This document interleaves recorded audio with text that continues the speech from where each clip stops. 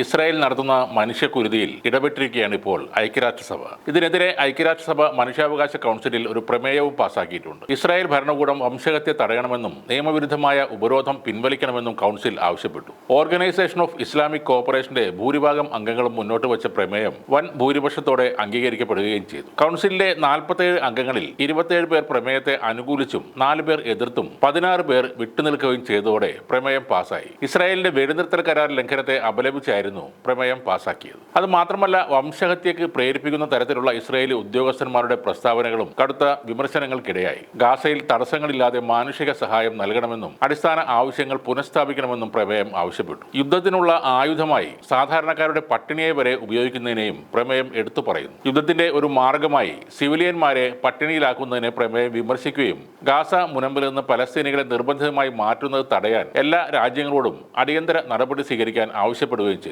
ഇസ്രായേലിനുള്ള ആയുധ വിൽപ്പന നിർത്തിവെക്കാനും ഗാസയിൽ നിന്ന് പലസ്തീനികളെ ബലപ്രയോഗത്തിലൂടെ മാറ്റുന്നത് തടയാൻ അടിയന്തര നടപടി സ്വീകരിക്കാനും പ്രമേയം എല്ലാ രാജ്യങ്ങളോടും ആവശ്യപ്പെട്ടു. ഇസ്രായേലിനെ എല്ലാ വിധത്തിലും കൂടെ നിർത്തി സഹായിക്കുന്ന അമേരിക്ക ഇപ്പോൾ വലിയ തിരിച്ചടിയാണ് നേരിടുന്നത്. സാമ്പത്തികമായി അമേരിക്ക തകർന്നാൽ അല്ലെങ്കിൽ പിന്നോട്ട് പോയാൽ ഇസ്രായേലിന്റെ എല്ലാ അഹങ്കാരവും അതോടെ ഇല്ലാതാകും. ആ ഒരു അവസ്ഥയിലേക്കാണ് കാര്യങ്ങൾ ഇപ്പോൾ നീങ്ങുന്നത്.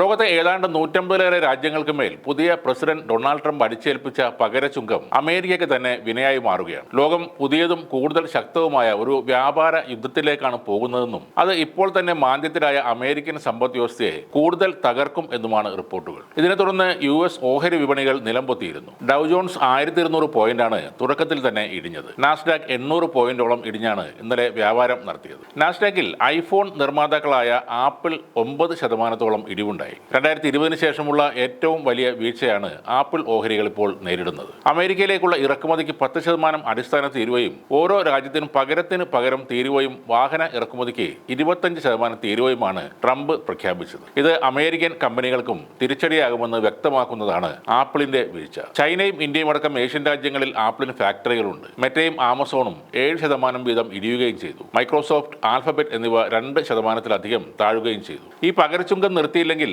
അമേരിക്കയെ അതേ നാണയത്തിൽ തിരിച്ചടിക്കുമെന്ന് ചൈന മുന്നറിയിപ്പ് നൽകിയിട്ടുണ്ട്. ചൈനയുടെ അതേ നിലപാടിലേക്ക് മറ്റു രാജ്യങ്ങളും മാറിയാൽ അത് ആഗോള വ്യാപാര യുദ്ധം കൂടുതൽ രൂക്ഷമാക്കും. അതേസമയം 8 OPEC+ രാഷ്ട്രങ്ങൾ ക്രൂഡ് ഓയിൽ ഉൽപാദനം കൂട്ടാൻ തീരുമാനിച്ചതോടെ ക്രൂഡ് വിലയും കുത്തനെ താഴുകയുണ്ടായി. Saudi Arabia, Russia, Iraq, UAE, Kuwait, Kazakhstan, Algeria, Oman എന്നിവരാണ് മെയ് മുതൽ പ്രതിദിനം 4.11 ലക്ഷം ബാരൽ വീതം ഉൽപാദനം കൂട്ടാൻ തീരുമാനിച്ചത്. ലോകത്തിലെ സകല രാജ്യങ്ങളെയും വെല്ലുവിളിക്കുന്ന ട്രംപിന്റെ ധാർഷ്ട്യം ഉടനെ അവസാനിക്കുമെന്നാണ് സാമ്പത്തിക വിദഗ്ധരുടെ കണക്കുകൂട്ടൽ. അതോടെ നിശബ്ദരാകുന്നത് ഇസ്രായേൽ എന്ന രാജ്യം കൂടിയായിരിക്കും. കൂടെ നിന്ന് പണവും ആയുധങ്ങളും പമ്പ് ചെയ്യാൻ ആളില്ലെങ്കിൽ ഇപ്പോൾ കാണിക്കുന്ന പരാക്രമങ്ങൾ നടത്താൻ നെതന്യാഹുവിനും ഇസ്രായേലിനും കഴിയില്ല.